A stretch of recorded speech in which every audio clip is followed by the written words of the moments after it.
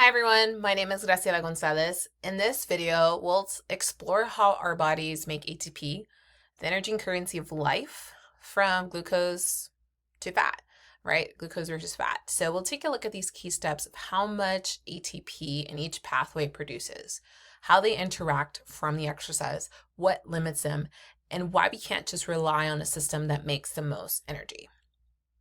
So some ATP basics. ATP stands for adenosine triphosphate, which each muscle contraction, every heartbeat that we have, every breath that we take depends on ATP.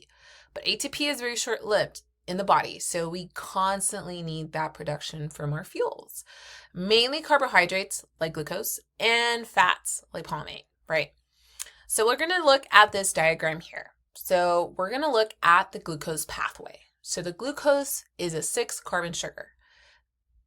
And the first step is glycolysis. So in the cytoplasm, glycolysis is broken into 2 molecules of pyruvate. So this gives us the quick 2 ATP and 2 NADH. It's really fast and it can happen without oxygen. So this is really great for sprints, and I'll explain a little bit more as we go through the video.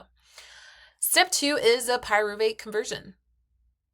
Pyruvate moves into the mitochondria and becomes acetylcholine, generating 2 more NADH.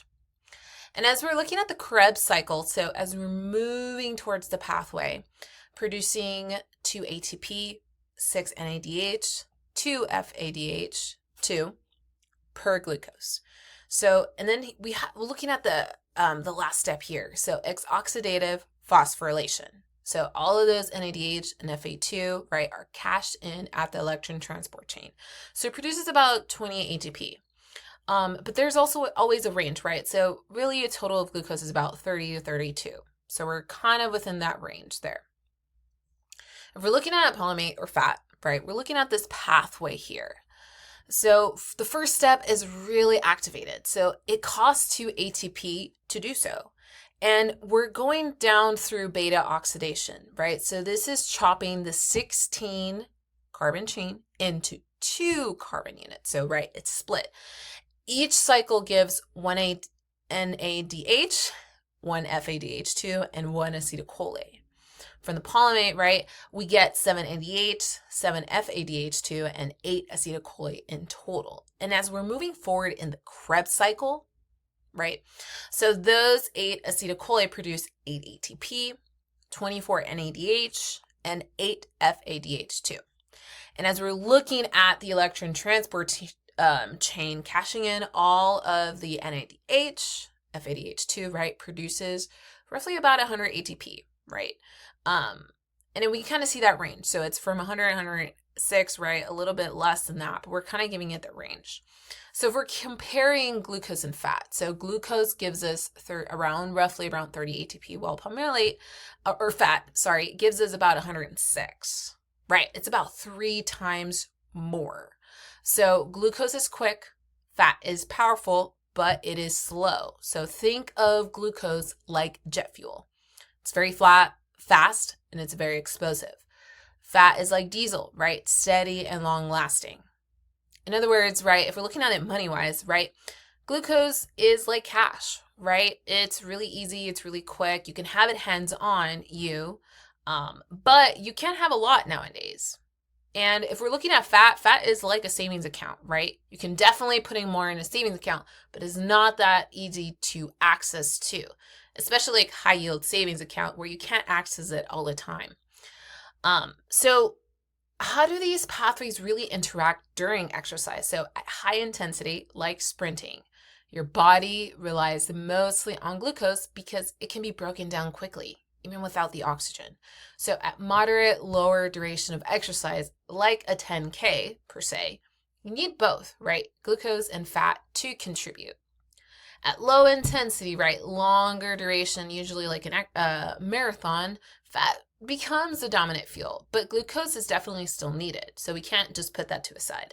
And this is called a crossover concept. So at high intensity, as it rises, the body shifts from fat use to carbohydrate use. Now we want to look a little bit at limitations, right? Each system has limits. So glucose is limited by glycogen stores in the muscle and in the liver. So once they're low, fatigue sets in. Also, fast glucose breakdown really produces lactic acid when oxygen is really scarce.